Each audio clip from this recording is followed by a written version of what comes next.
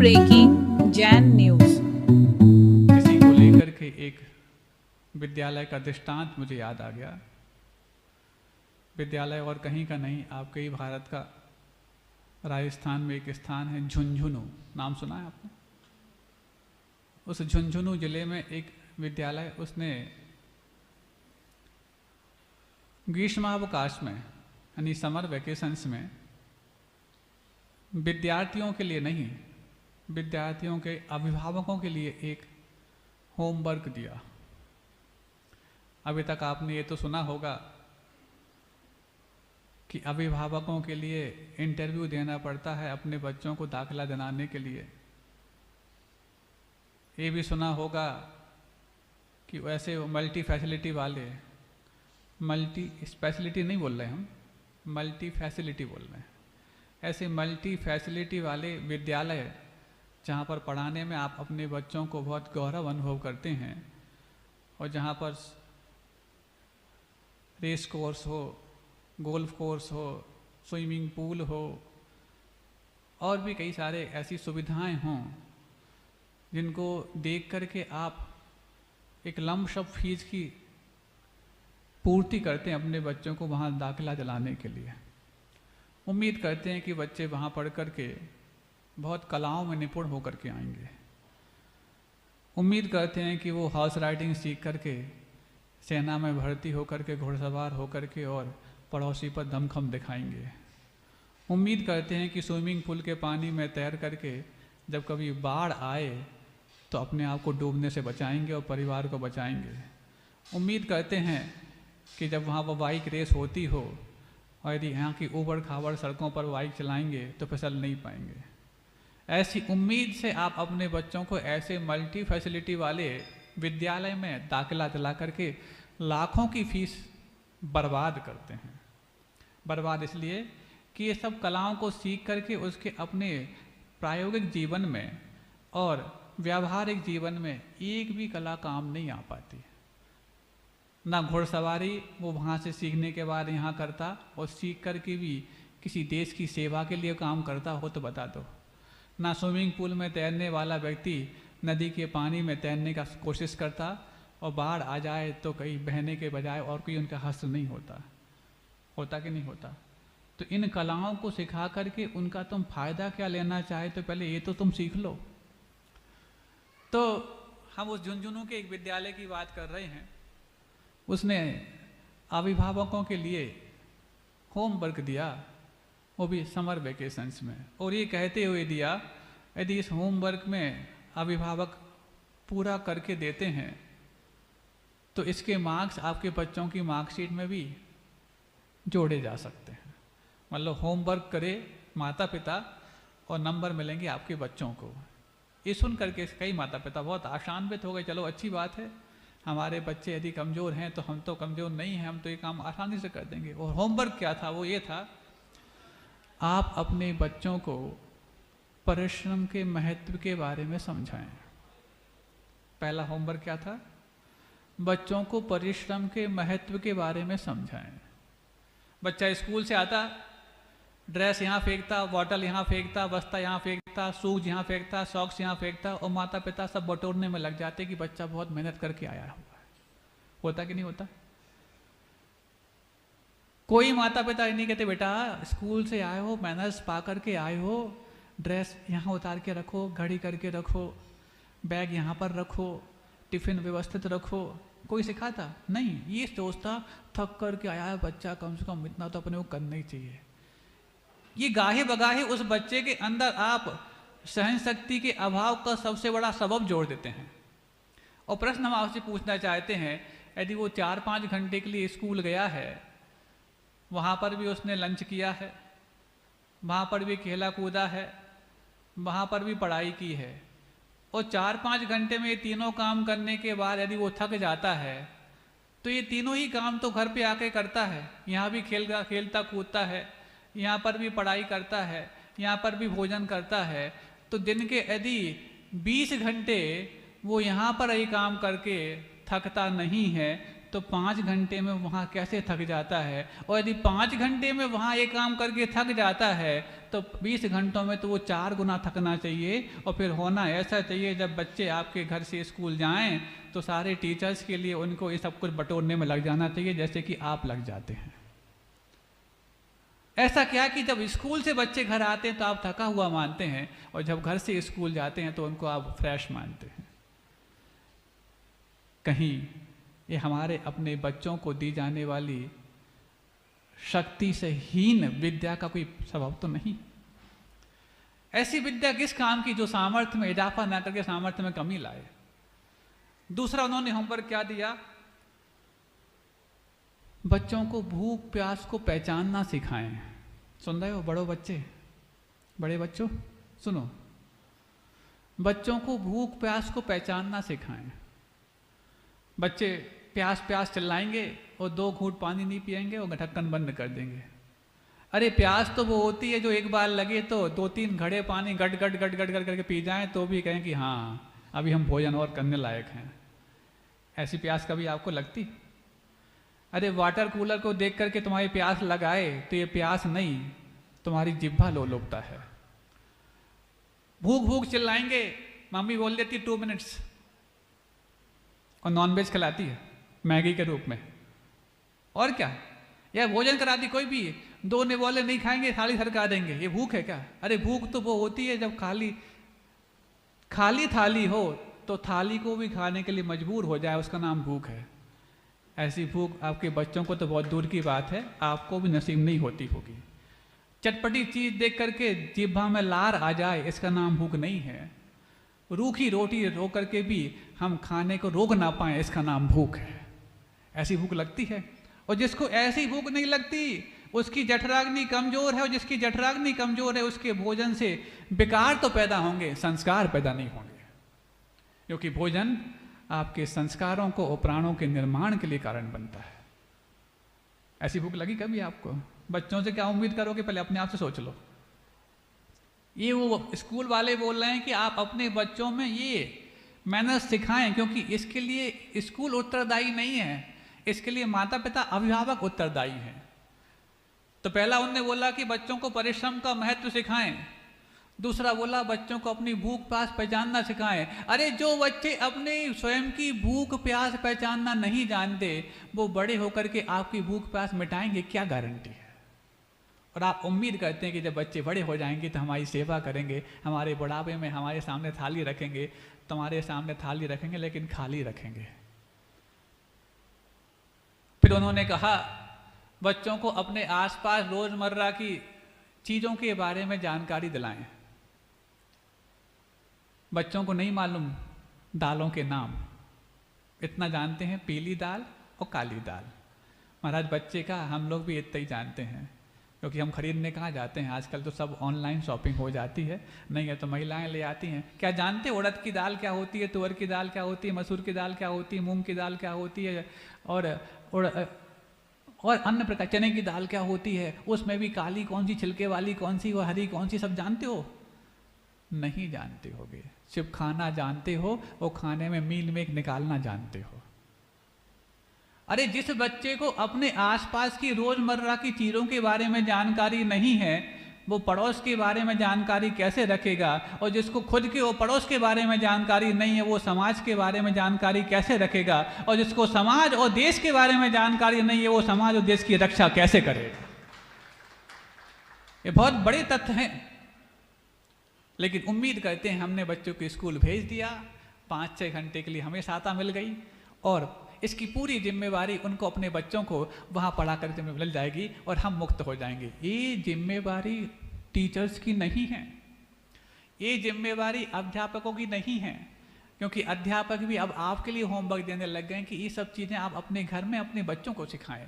और कृपया करके शिक्षा को बला ना माने, क्योंकि शिक्षा तो एक कला है। तुमने बला मान के बच्चों को वहाँ भेज दिया कि 5 घंटे के लिए हम फुर्सत हो जाएंगे, दिन भर यहाँ मस्ती करता था, ऊधम करता था और हमने स्कूल भेज दिया मोटी फीस दे करके। अरे मोटी फीस दे करके तुम्हें स्कूल से कुछ संस्कार की उम्मीद है तो उस फीस के बराबर कुछ यदि दान करना सीख जाओ और संत निवास में लगाना यदि सीख जाओ तो वहाँ पर जो वर्षों तक संत आएंगे बिना फीस के भी तुम्हारे बच्चों को इससे भी ज़्यादा संस्कारवान बनाते चले जाएंगे। लेकिन वहाँ पर जब देने की बात आती है तो तुम्हारी मोटी फीस देने के भाव भी पीछे खींचने के लिए बन जाते हैं। बताओ कितने माता पिता हैं जो 2-2, 5-5 लाख की फीस हर साल खर्च करते हैं, लेकिन जब वर्षों में एक आध बार कोई ऐसा मौका आए जहाँ 2-5 लाख रुपए लगाने की बात आए तो दिल खोल के दान करते हैं कि नहीं, हम संत निवास में दान नहीं कर रहे हैं, हम इतने बड़े विद्यालय में दान कर रहे हैं जहाँ पर 1-2 टीचर नहीं हजारों टीचर आएंगे और हजारों मैनर्स को पूरे परिवार को क्या पूरी समाज को सिखा जाएंगे। ऐसे अंदर से गुरूर जागृत होता है कि वो बात जागृत होती है, पता नहीं कहाँ होगा, कौन बनाएगा, कैसे बनेगा, कितने बनाएंगे, कौन आएगा, किसका नाम आएगा। स्कूल के बारे में ऐसा नहीं सोचते।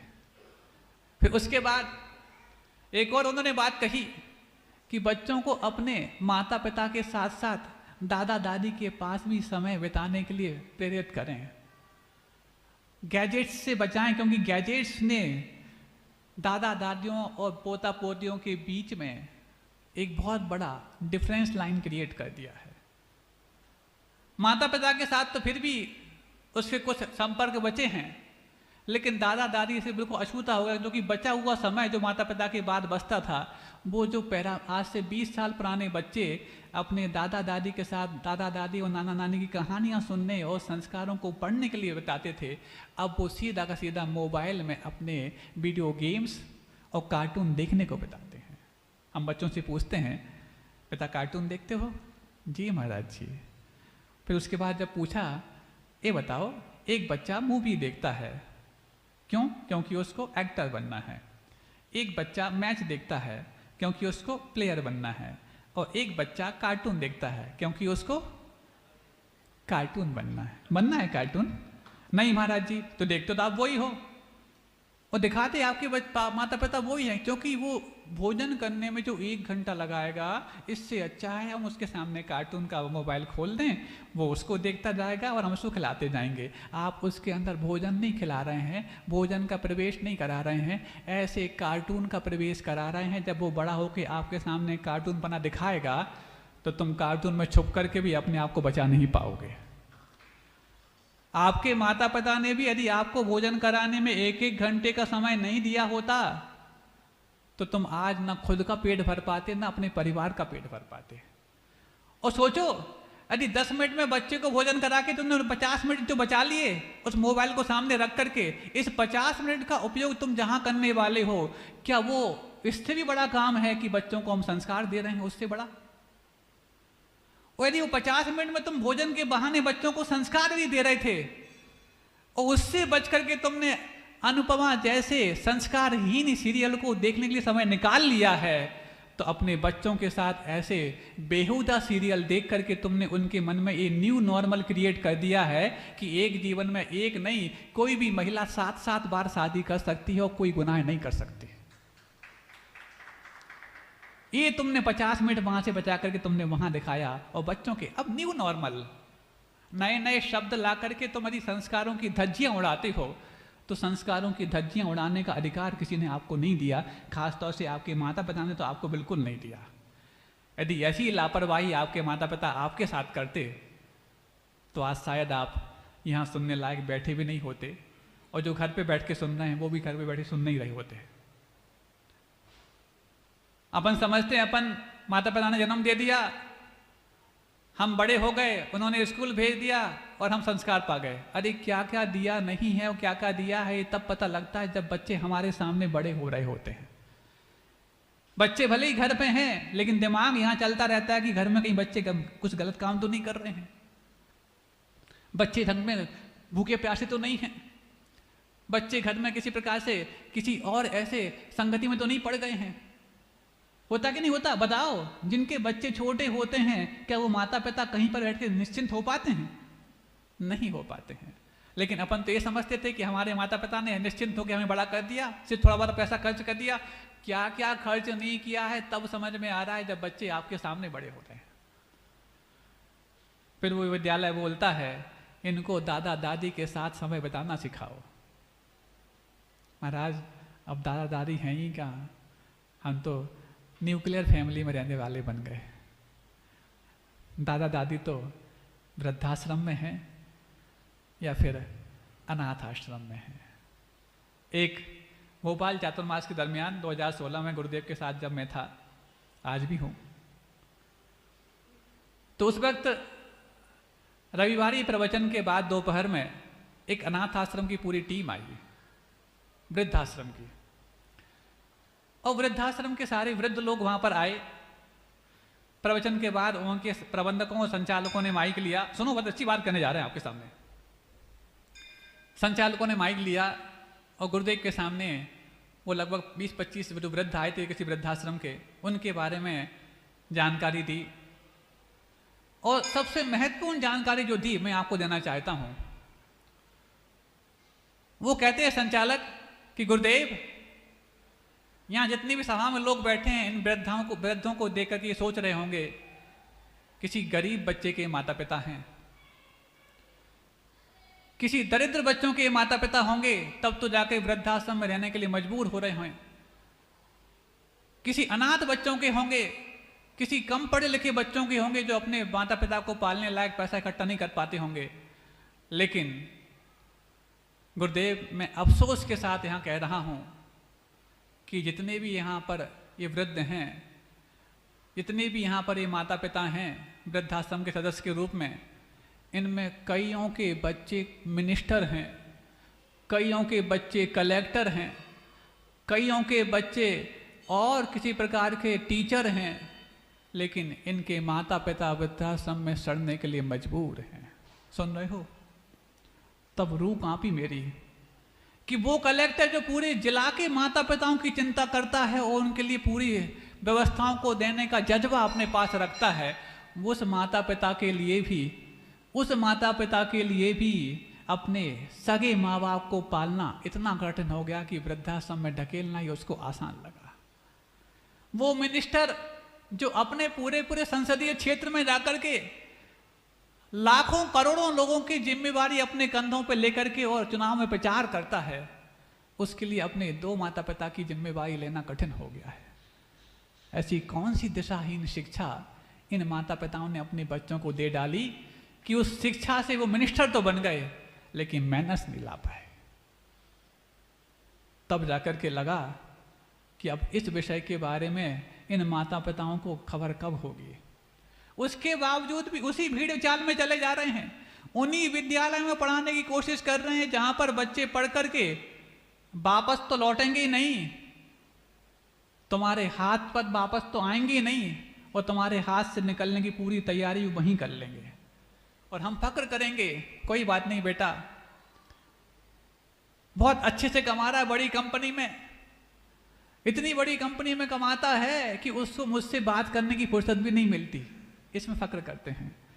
और यदि वही बेटा बैरागी बन जाता और बैरागी होने के बाद जब आप दर्शन करने उनके पास जाते और आपकी वो नहीं देखता तो कहता क्या इसलिए जन्म दिया था।